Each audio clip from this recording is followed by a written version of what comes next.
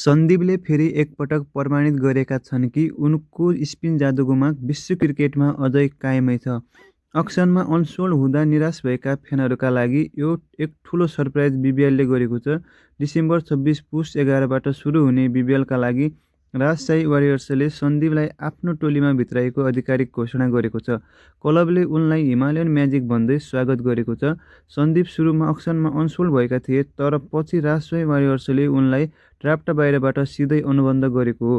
राजशाहीमा सन्दीपसँगै न्युजिल्यान्डका Jamie निसम, पाकिस्तानका Mohammad Nawaz र बङ्गलादेशका कप्तान नजमुल हुसेन सान्तो जस्ता दिग्गज खेलाडीहरू हुनेछन्।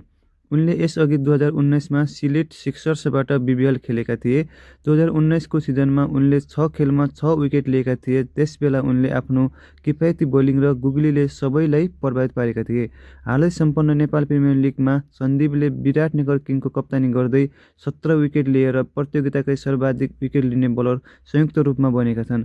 टी20 करियरमा उनले 68 अन्तर्राष्ट्रिय टी20 खेलमा 129 विकेट लिइसकेका छन्, जुन विश्व क्रिकेटकै उत्कृष्ट मध्येको एक औसत हो। केही समय पहिले सन्दीप बिबिएलको टोलीमा नहुँदा सन्दीपका बङ्गलादेशी समर्थकहरूले सन्दीपको ठुलो पोस्टरमा आई मिस यु सन्दीप भन्दै मैदानमा आएका थिए। यसले यो बुझाउँछ कि सन्दीपको विश्व क्रिकेट जगतमा ठुलो समर्थक रहेको छ। सन्दीपले आफ्नो नाम मात्र होइन, नेपाल देशको नाम पनि विश्वभरिमा चिनाएका छन्।